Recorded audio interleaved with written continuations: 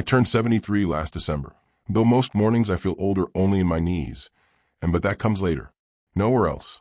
My mind still wakes up sharper than the toast I burn every day in the same metal toaster I bought in 1999.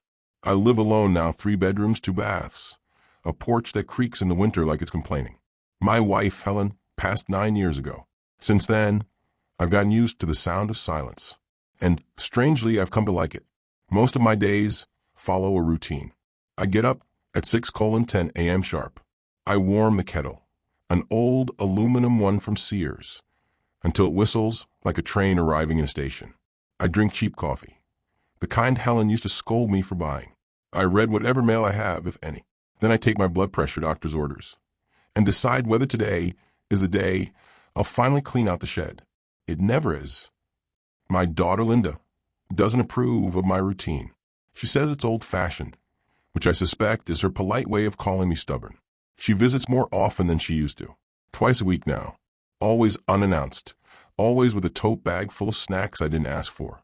"Dad," she says, the moment she steps inside, "you shouldn't be alone so much. It's not healthy." I always tell her the same thing. Linda, being alone and being lonely aren't the same. She never listens. Lately, I noticed something odd. My mail had become thin. Not missing, just thin. Fewer envelopes. Fewer bank statements. Fewer anything. I didn't think much of it at first. Maybe companies were cutting back on paper mail. Maybe my bills had gone digital without me noticing. Happens to everyone. But then in early March, I found a crumpled envelope stuffed behind my microwave. It was a hospital reimbursement check for $412, dated January 11th. "Strange," I muttered, turning it over. "Why would this be here?" The envelope had faint smudges on it. Lipstick? Or maybe fingerprint powder. My eyesight isn't what it used to be. The next week, I found another letter. An IRS refund adjustment. Open. Folded oddly, like someone read it in a hurry. I asked Linda if she'd seen anything unusual. She gave me a smile so sweet it made my teeth ache. "Oh, Dad, you probably misplaced it. Happens at your age." At your age. A neat little dagger wrapped in a ribbon. I said nothing, though something inside me shifted, like a chair leg scraping across the floor. About 2 weeks later, I had to go for a cardiology checkup across town. I don't like driving long distances anymore, not with my depth perception acting up in the evenings. So I booked a taxi. That's how I met Marco. Marco was in his 40s, maybe early 50s, a big guy with warm eyes and the kind of smile people get after surviving something hard. He talked the whole ride mostly about his mother in Tampa, who missed him dearly. He had that soft, patient tone that sons use when they actually love their mothers. As we pulled up to the clinic, he handed me a manila envelope from the front seat pocket. "Your daughter gave this to me last week," he said. "Said to keep it in the car for you." I frowned. My daughter did what? He scratched the back of his head, suddenly realizing he'd stepped into something he didn't understand. "She told me you forget your papers sometimes, that I should give any mail to her if you leave it behind. So, I figured this was yours." I took the envelope. It was sealed, but soft from handling. My name on the front. My address. My handwriting nowhere in sight. I felt something cold creep down my spine. "Did she mention why you should give my mail to her?" I asked, trying to keep my voice steady. He shrugged, almost apologetic. "Just said you're getting older. Happens to my mom sometimes, too." I waved him off before he could finish. Not angry at him. He was just the messenger. But angry at the implication. Angry at the quiet, calculated nature of it. I tucked the envelope under my arm as I walked into the clinic. I didn't open it. Not yet. I was afraid of what I'd find inside. Afraid. And for the first time in years, truly awake. When I got home that evening, Linda's car was already in my driveway. She was standing on my porch, holding yet another tote bag of groceries I didn't need. "Oh, good, Dad. You're home. I came to check on you." Check on me, right? Behind her, through the living room window, I swore I saw a stack of unopened letters on my side table. Letters I'd never received. That's when I knew something wasn't right. Not with me, with her. And whatever game she was playing, I suspected it was only just beginning. I didn't sleep that night. Not really. I lay in bed listening to the old ceiling fan rotate in that slow, tired circle. the pull chain tapping the glass globe with every turn. Tick, tick, tick, like a patient knocking politely, waiting for me to face something I'd been avoiding. Around 2:40 a.m., I finally sat up, turned on the lamp, and opened the manila envelope Marco had given me. Inside were 3 letters, all addressed to me, all opened, all folded differently than I would fold them. The first was a notice from my insurance provider, dated 6 weeks earlier, confirming my $1,860 supplemental reimbursement had been processed and mailed. The second was a bank notification that a new direct deposit authorization had been requested for my checking account per customer's written consent. The third was from the county tax office, a simple reminder to verify the mailing address on file before the April assessment. I stared at that last one for a long time, long enough for the lamp to flicker. My address hadn't changed, but someone wanted it to. The next morning, March 14th, I called my bank. I don't like calling banks. The hold music is too cheerful for people who are usually dealing with something unpleasant. But I pressed through it, listened to the robotic voice, press 1, then 2, then 5, then the pound key, and finally reached a real person. This is Darlene, Chase Customer Solutions.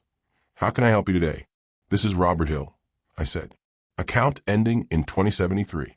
I need to ask about a direct deposit authorization I never submitted. Darlene's typing was fast, efficient. Okay, let me take a look. One moment. Oh, yes. I see the request. It came from a mail form signed by you. It wasn't signed by me. She paused. Not long, but long enough for me to hear her compassion shift into professional concern. Mr. Hill, are you sure?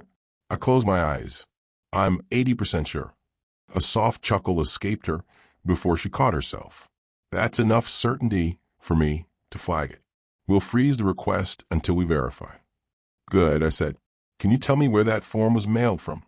More typing. It was submitted through the Fallsburg branch drop box. Fallsburg, Linda's side of town. 20 minutes for me. I rarely drive there. Thank you, I said and ended the call. My hands were shaking. Not from age, no, from anger. Quiet, simmering, bitter anger. The kind that has roots. Around noon, I called Marco. I told him I needed a ride to the post office. Same address as last time, Mr. Hill? He asked. Yes. He arrived in 8 minutes. He always arrived quickly. Said he liked driving the older crowd because we don't yell about traffic. I appreciated that. On the ride, he kept glancing at me through the rear view mirror. Everything okay? He asked finally. I stared out the window. Marco, tell me exactly what my daughter said to you. He hesitated. Then he exhaled.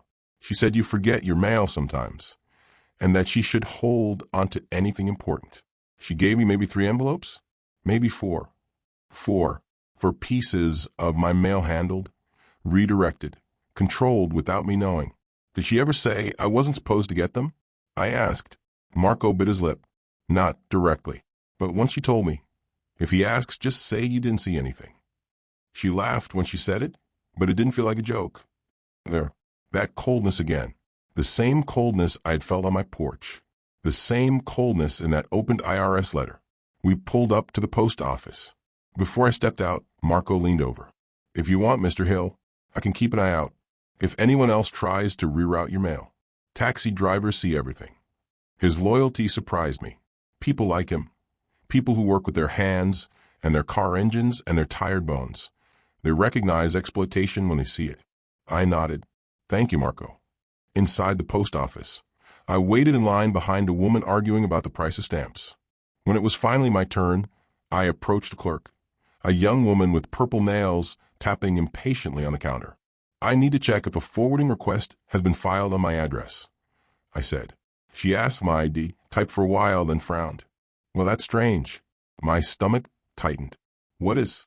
There was an attempted forwarding order 2 weeks ago, but it was flagged because the signature didn't match. I swallowed. Was it canceled? Yes, but it says someone tried again 3 days later via online form. My hands curled into fists. Was that second request approved? I asked. No, it was blocked too. Blocked. Twice. How often did that happen? I asked. Almost never, she answered. 2 attempts like that? Someone's definitely trying. I thanked her, walked out into the afternoon sunlight, and felt something in me break open. a truth I had known but refused to name. It wasn't forgetfulness. It wasn't old age. It wasn't misplacement. Linda was taking my mail, intercepting my money, possibly forging my signature. And she had been doing it long enough to get comfortable. That evening she called. "Dad, I'm stopping by tomorrow. We need to talk. We need to talk." The four most condescending words spoken to anyone over 70. I didn't argue. I simply said, "All right," because now for the first time I wasn't confused. I wasn't doubting myself. I was preparing. Preparing for a conversation she didn't know I'd be ready for. Preparing to hold her lies up to the light. Preparing to reclaim what was mine. And preparing quietly, patiently, methodically to make my move.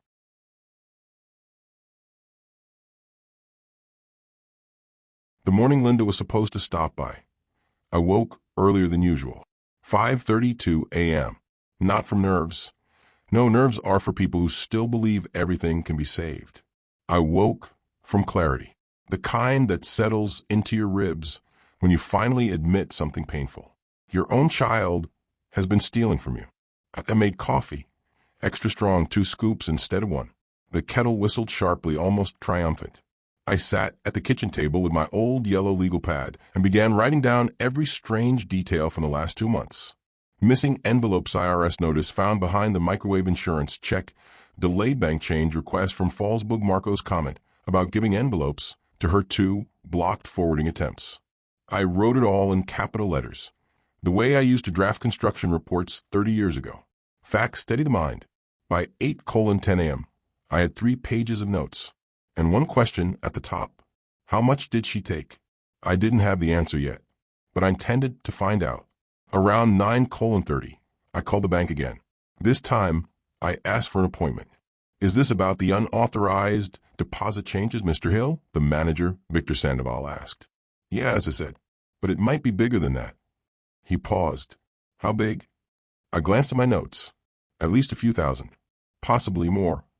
"In that case," he said, "come in today noon. Bring your statements." I thanked him and hung up. Statements. Right. I opened my desk drawer where I keep organized folders. Yes, I still do it the old-fashioned way. Taxes by year. Insurance by provider. Medical receipts in a green folder. Banking in a red one. Except the red one was thin. Too thin. There were gaps, months missing. Entire cycles of statements I knew I always saved. I checked the drawer beside it. Empty. Checked the bookshelf. Nothing. Checked the kitchen pile near the refrigerator. No luck. That old cold feeling returned, crawling beneath the ribs like frost. Someone had taken more than mail. Someone had taken my records. I called Marco again. "Mr. Hill, you okay? You need a ride?" "Yes," I said. "To the bank." He arrived in minutes. When I got inside his cab, he didn't start driving right away. He looked at me in the mirror. Did something happen? I exhaled. My daughter may have stolen far more than mail. He frowned deeply. The kind of frown good men have when they see a wrong they can't ignore. "You want me to wait outside the bank?" he asked. It was a simple question, but it hit me hard. I nodded. "Please." At noon sharp, I sat across from Victor Sandoval, mid-40s, neat tie, careful hands. He treated my folder like it was something fragile. "Okay," he said. "Let's walk through your account activity from December through March." He turned the monitor so I could see. The first thing that hit me was a series of ACH transfers, 1 or 2 per week, always around $400 to $600. Then a few larger ones, $1, $200, $2,050. "Those weren't me," I said. Victor clicked, zoomed, scrolled. They were authorized through an online portal. "My daughter has my old password," I muttered. "I gave it to her after my surgery 2 years ago." His eyebrows lifted with slow, dawning understanding. "Mr. Hill, these transfers went to an account under the name LH Family Services, LLC. That name meant nothing to me, but the initials LH burned like a cigarette pressed against the skin.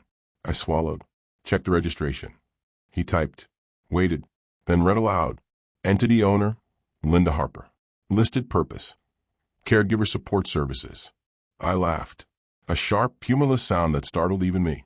"My daughter doesn't care for anyone but herself." Victor leaned forward. "Mr. Hill, the total transfers from your account to this LLC over the past 5 months come to He printed the page and turned it toward me. $58,422.31. $58,422.31. I stared at the number. It didn't look real. It looked like someone else's problem, someone else's tragedy. Can we reverse it? I asked quietly. Not all, he said with a sigh. But the fraudulent portion? Yes. We can freeze the outgoing account, file a fraud claim, and notify the authorities if necessary. He hesitated before adding, given the amounts involved, they'll likely investigate. I nodded. He cleared his throat. Do you know who opened that LLC? I do, I said. She'll deny it. She'll cry. She'll call me confused. But she did it. He gently closed the folder. You're not confused, Mr. Hill. You're being exploited. Funny how the truth can sound like both a slap and a blessing. When I walked out of the bank, Marco stood leaning against his cab. As soon as he saw my face, he straightened. How bad, he asked. 58,000, I said. He let out a long whistle. So what's your next move? I looked out across the parking lot. The sunlight was bright, but the edges of everything felt sharp. My next move, I said slowly, is to stop pretending this is a misunderstanding. We drove back to my house in silence, not an uncomfortable silence. One of those silences where two people understand each other without words. When he dropped me off, I opened the mailbox. Inside were 3 envelopes, all addressed to me, all untouched. Marco watched me notice. I changed my route, he said. Saw your daughter's car circling the block earlier. Figured you'd want this delivered properly. I closed the mailbox gently. Marco, I said, you've done more for me in 2 weeks than my own daughter has in 2 years. He gave a half smile. Sometimes strangers treat us better than family. He wasn't wrong. And as I stood there holding my real mail, my own mail in my own hands, I felt the anger settle into something heavier. Resolve. Because now I had numbers. I had proof. I had motive. And I was done being quiet. Linda arrived at 6:17 p.m. sharp. I know the exact time because I happened to be sitting in my recliner, staring at the old digital clock on the mantel as her headlights swept across my living room walls. The light passed like a warning. Her knock was brisk and patient, the kind people use when they believe they have authority. I opened the door. Oh, good, Dad, she said, stepping past me before I could answer. We really need to have a conversation. She carried another tote bag. Of course she did, stuffed with snacks I wouldn't eat and brochures I didn't ask for. She set it on the kitchen counter and began fussing with my cupboards like she owned the place. You shouldn't be eating so much salt, she said, tossing a can of soup aside. Your blood pressure, remember? I watched her quietly. She didn't see it. People who manipulate rarely look at the person they're manipulating. They look at the space they plan to control. Sit down, she said, motioning toward the table. We need to talk about your finances. My finances. The irony almost made me smile. I sat. She stayed standing, towering over me like I was an elderly patient refusing medication. Dad, she began, clasping her hands dramatically. You've been struggling. Struggling. I repeated gently. With bills. With organizing. With remembering things. I found the power bill shoved behind your cleaning supplies. And the insurance refund? You didn't even cash it. I raised an eyebrow. I didn't cash it because I never received it. A fast flicker crossed her face. Surprise quickly replaced with concern, then superiority. Oh, Dad, she sighed, you did receive it. You just misplaced it. You've been misplacing a lot lately. Her voice had that tone, sweet on the surface, sharp underneath. Gaslighting, they call it now. Back in my day, we just called it lying. What are you saying exactly? I asked. I'm saying, she said, leaning in, that it might be time for me to take over your mail permanently. And your bills. Maybe even get a joint account set up. I found a flyer from Chase about senior support. You should have seen it. It's perfect for people who need oversight. I don't need oversight, I said softly. She gave me a pitying smile. The kind to give a dog that's too old to jump onto the sofa anymore. Dad, this isn't up for debate. There it was. The slip. The truth. She wasn't helping. She was managing. And managing meant control. Before I could respond, the doorbell rang. Linda frowned. Are you expecting someone? Yes, I said. Your husband. Her face went still. That wasn't part of the plan, she said. No, I agreed. It wasn't part of yours. We moved to the living room. My son-in-law, Grant, a stiff man with stiff hair and a stiffer sense of morality, stood in the doorway, holding a folder. He looked uncomfortable. Good. He should. Linda, he said, shifting from foot to foot. Can we talk first? No, I said before she could answer. We're all talking together. We sat, me in my recliner, Grant on the edge of the sofa, Linda pacing like a caged animal. I let the moment stretch. Tension needs time to ripen before it's cut open. Grant, I said calmly, what did you bring? He opened the folder and took out the envelope. The one Marco had found in his cab.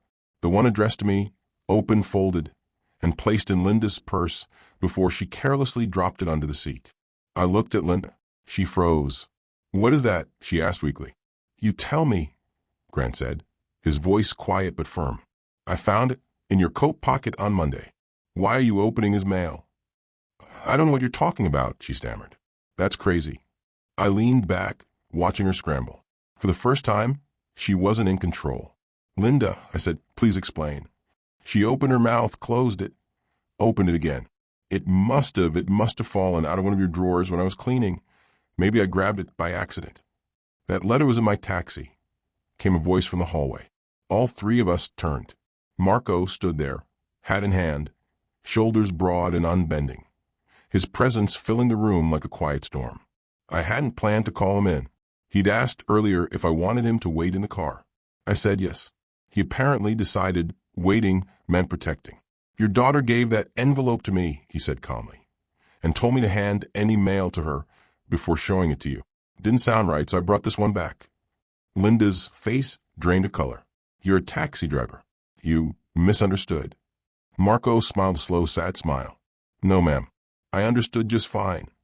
Grant turned fully toward her now, suspicion hardening into certainty. Linda, he said, what's going on? She tried to regain footing, lifting her chin defiantly. Dad is getting older. He's confused. He's losing track of things. I'm trying to help him. And all of you. $58,000, I said. Her voice cracked. What?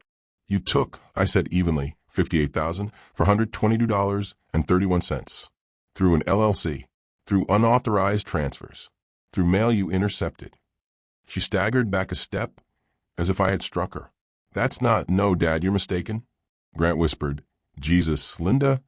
I stood slowly, feeling the weight of age, but none of the weakness. You wanted control, I said.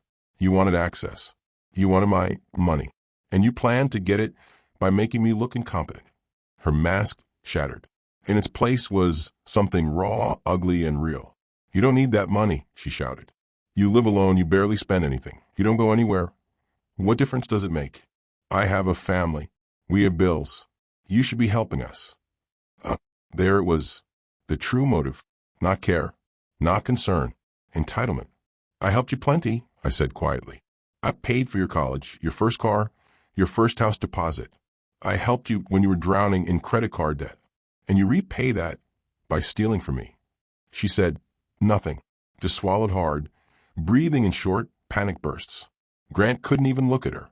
Marco stepped back toward the door, giving us space. But before he left, he nodded at me. You call if you need anything, Mr. Hill, he said. And then, you're not alone. Linda sank into a chair, finally silent. I sat too, exhaustion hitting me like a wave. The first confrontation was over. But the war, the real war, had only just begun. The house felt hollow after Linda and Grant left, like someone had opened all the windows and let the heat escape. I stood alone in the living room for a long time, staring at the empty doorway where my daughter had shouted at me, lied to me, exposed herself so fully that even her husband couldn't defend her. $58,000. 5 months for forged forms. 3 forwarding attempts. 2 faces. The one she wore around me, and the one she wore when cornered. And now, one decision. My decision. I didn't sleep that night. Not out of anger. Anger was the middle part. I had moved past it.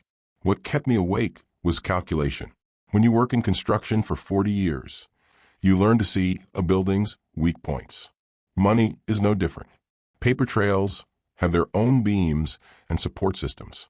And if you remove the right piece at the right moment, everything shifts. At 7:02 a.m., I called Victor at the bank. Mr. Hill, he answered immediately. I was about to call you. We reviewed more transactions overnight. The total unauthorized amount is now $59,289. So she had taken even more. Of course, she had. Freeze everything, I said. Every outgoing transfer. Every linked account.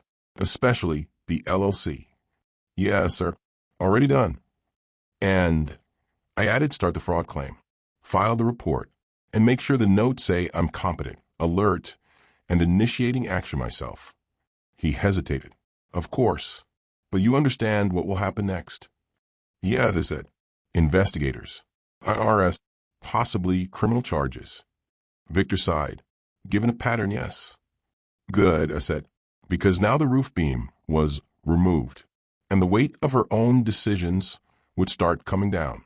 My second call was to an attorney, a real one, not the cheap kind with radio jingles, but a local estate and fraud specialist named Cynthia Rowe, who had once handled an insurance dispute for Helen and me 15 years ago.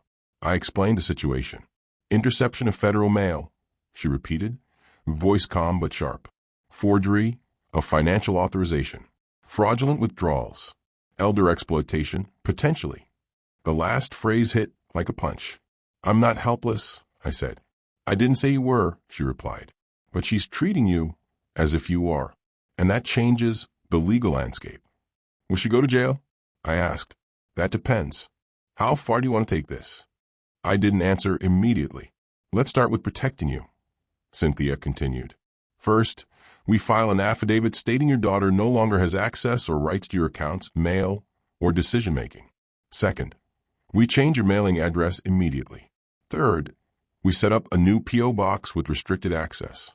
Fourth, we prepare a cease and desist letter with a full breakdown of her actions. And fifth, I asked. Fifth, she said softly, we send a formal notice to her LLC that any future contact with your accounts will be considered felony-level fraud. I exhaled slowly. Yes, do all of that.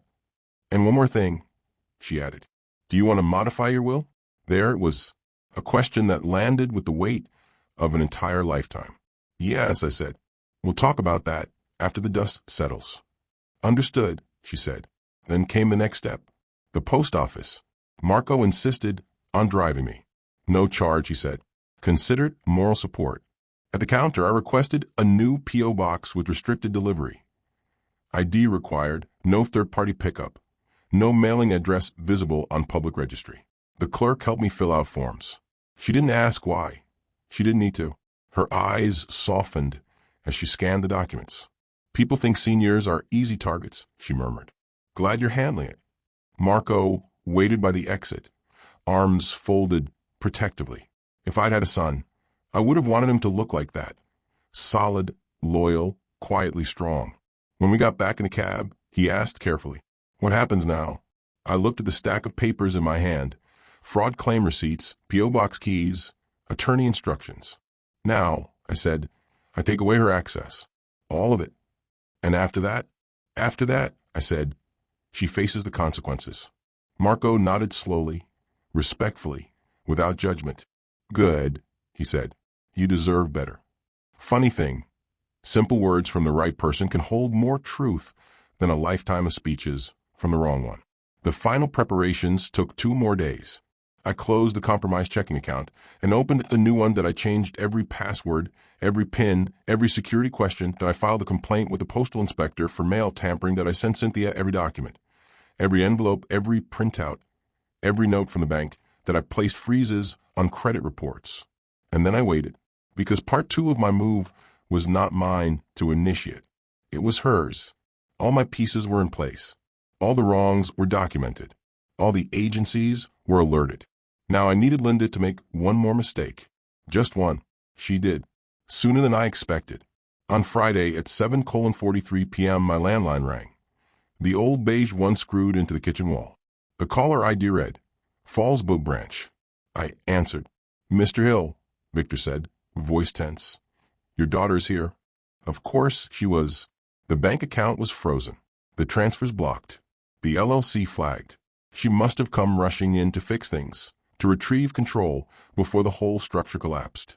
She's insisting you authorized everything, he said. She's demanding we reinstate her access. I closed my eyes, feeling a particular calm. Let her talk, I said. I'm on my way. I called Marco. He answered on the first ring. Bank, he asked. Bank. Be there in 5. The bank lobby was nearly empty when we arrived. Just one older woman filling out deposit slips and 2 tellers closing up windows. Victor stood near his office doorway, and Linda was in the middle of the room, red-faced, agitated, pacing like a woman whose world was finally, slipping out her grip. When she saw me, she pointed dramatically. Dad, thank God. Tell them this is all a mistake. Tell them you want me on your account. I walked closer, calm, slow, measured. No, I said. She blinked, confused. W what? No, I repeated. I don't want you on my accounts. Not now, not ever again. But I was helping you. You were helping yourself, I said. Victor stepped in. Ms. Harper, the bank cannot proceed without documented consent from your father. And given the fraud investigation, she spun on him. Fraud? How dare you accuse me? I'm not accusing you, Victor said. Your father is. Her mouth twisted. You don't understand. Dad's getting confused. He's been misplacing things. He probably mixed up the withdrawals. Linda, I said sharply. She looked at me, and I said the words that ended it. You stole from me. You forged my name. You intercepted my mail. And now you're going to answer for it. Her breath hitched. Just once. A small, wounded gasp, like she had never expected consequences. Marco stood behind me, silent and steady. Victor took a step forward, offering her papers. These are the formal notices. The LLC account is frozen. Investigators will contact you. No, this can't. Dad, you can't do this to me. To you?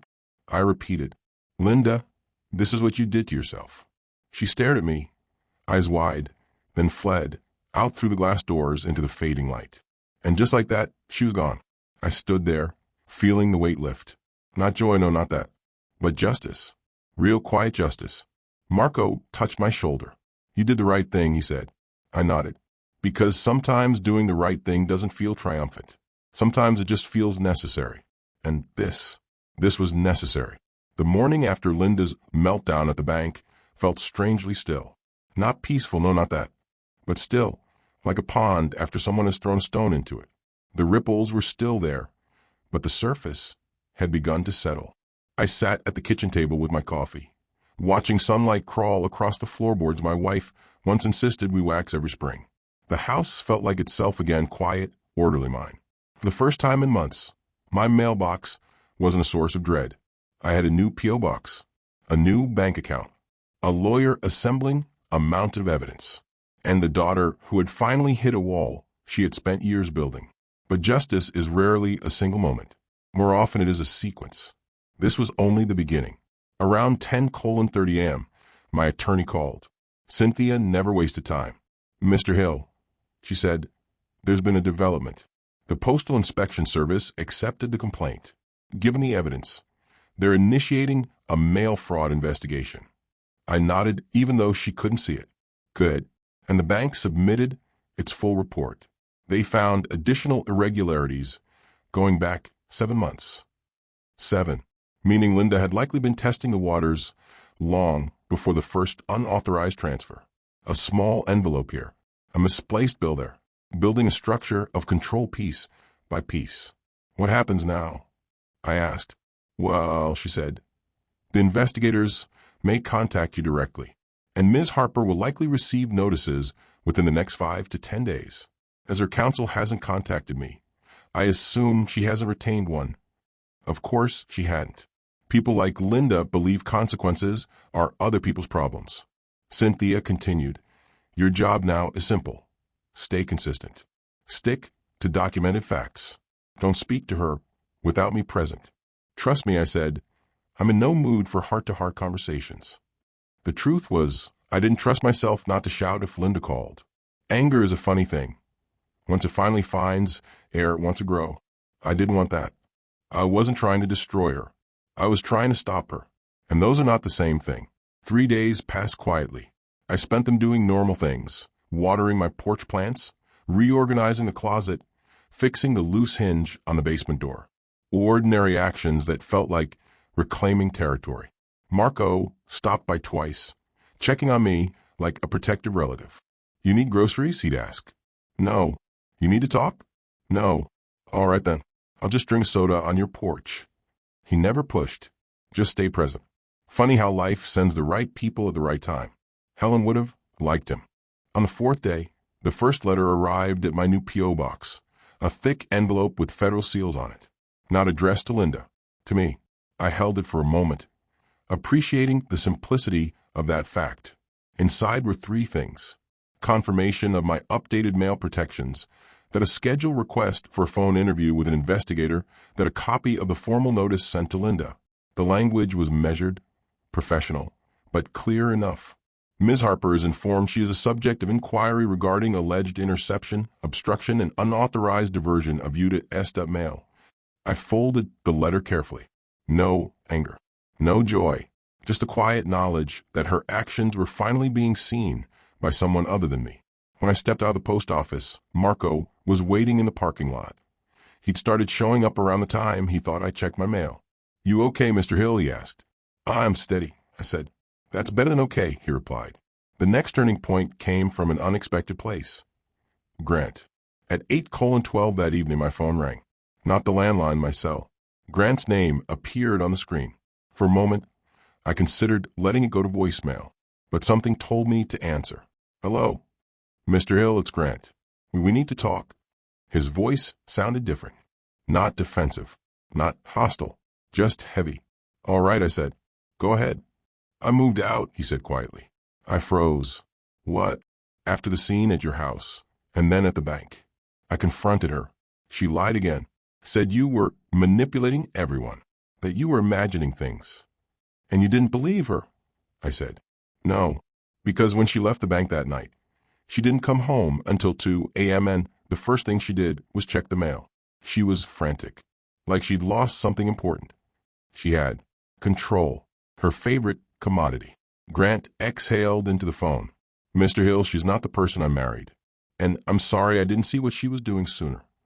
I rubbed my forehead. Complicity isn't blindness, I said. It's believing someone because you love them. I can't blame you for that. There was a long pause. Do you want me to keep you updated? He asked. Yes, I said. I think that would be wise. And for the first time in weeks, I felt something that surprised me. Relief. Maybe Linda wouldn't spiral unchecked. Maybe someone else would confront her where I no longer could. Maybe justice had more than one courier. The second confrontation came on a Wednesday. I was sitting in my recliner, watching reruns of an old detective show Helen used to love, when someone knocked on the door. 3 soft knocks, almost hesitant. I opened it and found Linda standing there. Her face was different. Not angry, not manipulative, just small. Dad, she whispered. We need to talk. I thought about Cynthia's instructions. No private conversations. So I stepped outside, closing the door behind me, and stood on the porch where the whole world could see. What is it, Linda? She looked thinner than before. Her hands trembled. I got the letters, she said. From the bank. From the investigators. From the IRS. And her voice cracked. And I could lose everything. You should have thought of that, I said. I know. Her eyes filled with tears she'd never allowed me to see. I messed up. I know I messed up. I didn't mean to hurt you this much. I just things got out of hand. Grant left. My job cut my hours. I was desperate. Desperation doesn't justify theft. No, she sobbed. But you're my dad. You were supposed to help me. Instead, you went after me. No, I said. I stopped you. The distinction mattered. She wiped her face, trying to regain composure. Can't you withdraw the complaint? Tell them it was a misunderstanding. No. But Dad? No, I repeated. This is bigger than you and me. You opened accounts under my name. You forged signatures. You intercepted federal mail. That's not a misunderstanding. That's a crime. She flinched like I'd slapped her. Silence stretched between us. Finally, she whispered, Are you going to disown me? The word stung. Not because I wanted to disown her, because she had earned the question. I don't know, I said honestly, but I'm rewriting my will, and you will not have access to my finances for the rest of my life. She nodded slowly, brokenly. Then she turned and walked down the porch steps, her steps uneven, unsteady, like someone finally carrying the weight of their own decisions. I watched her go, not triumphantly, not angrily, just quietly, because sometimes justice isn't loud. Sometimes it's just the sound of someone else walking away. 2 weeks later, I sat once again in my kitchen, reading a fresh envelope delivered directly to my hand. My mail, no detours, no interference. Marco knocked on the screen door. "Got your newspaper too," he said with a grin.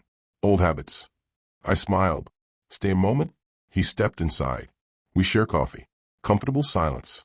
When he finally stood to leave, he looked at me and said, "You know, for what it's worth, you've handled all this with more dignity than most people could." I nodded, feeling the truth of it. It wasn't my strength, it was necessity. As he walked out, I held the newest letter in my hand, a confirmation that the frozen funds had been returned, the fraud claim settled, the LLC shut down permanently. The system had spoken. Justice, slow but sure. I placed the letter neatly on the table, inhaled deeply, and let the stillness settle around me. And the final thought came to me clear as sunlight. She took my mail, but not my mind, and certainly not my life. It's strange how life reorganizes itself after storm. Not suddenly, not all at once, but piece by piece, quietly, steadily, like a house settling after the last nail has been hammered in. By late April, things around me had fallen into a kind of rhythm again. Not the same rhythm as before. No, that was gone. But a new one, a sturdier one. The house felt different now. Not just quieter, but lighter, as if it had been carrying a weight I didn't see until it was gone. Maybe I had been carrying it too. The first real sign that everything was turning came on a Tuesday morning.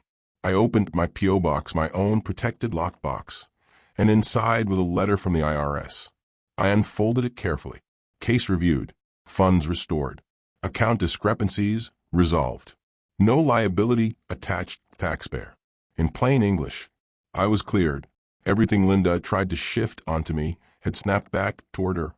I let out a long breath, when I didn't realize I'd been holding for weeks. When I stepped outside the post office, the spring air felt warmer than it should. Birds were loud, insistent, almost theatrical, like they wanted me to notice them for once. Truth be told, I did. Marco was already leaning against his cab, arms crossed, one foot propped against the bumper. "You look like a man who just won something," he said. "I did," I answered. "Peace of mind." He nodded solemnly. "That's worth more than most people think." I handed him a copy of the IRS letter. He scanned it quickly, then grinned. "Knew it," he said. "I knew she pushed too far." "You knew before I did," I said. "No, I just pay attention. That's my job." But I knew better. Marco had become more than a taxi driver, more than a witness. He'd become a friend, the kind you don't expect at 73. "Can I take you somewhere?" he asked. "Home," I said. "But first, the hardware store." He gave me a puzzled look, but he drove. At the hardware store, I bought a new drill, 2 sets of screws, and a reinforced metal mailbox, one you bolt directly onto the fixture by the porch. Not because I needed it. My P.O. box worked fine, but because something in me wanted a symbol, a marker, a reminder that this house, this mail, this life were mine again. Marco helped me install it. "You didn't have to come in," I said, as he carried the box out to the porch. "I know," he shrugged, "but watching a 73-year-old man climb a ladder alone is bad for my nerves." We both laughed, real belly-deep laughter, something I hadn't done in months. The wind carried away the dust as we drilled the final bolt in place. "There," he said, stepping back. "Looks good. Strong." "So do I," I said without meaning to. But it was true. I felt stronger. Not physically. My knees still reminded me daily that time always wins. But inside, in the places that matter. 2 days later, Grant called again. "Mr. Hill," he said, "I thought you should know. Linda finally told the truth." I closed my eyes, letting the words sink in. "All of it?" I asked. "Yes. To me. To her job. And to the investigator when they called. She's getting a lawyer now." I nodded. Not triumphantly, just accepting the reality of it. "How is she?" I asked, angry at herself, ashamed, scared, the way she should have been months ago.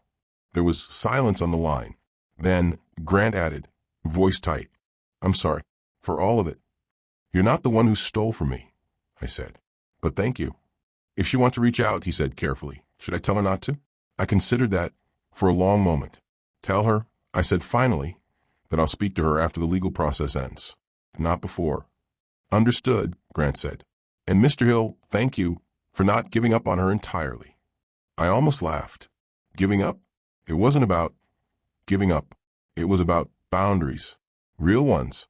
And for once, I wasn't the one crossing them.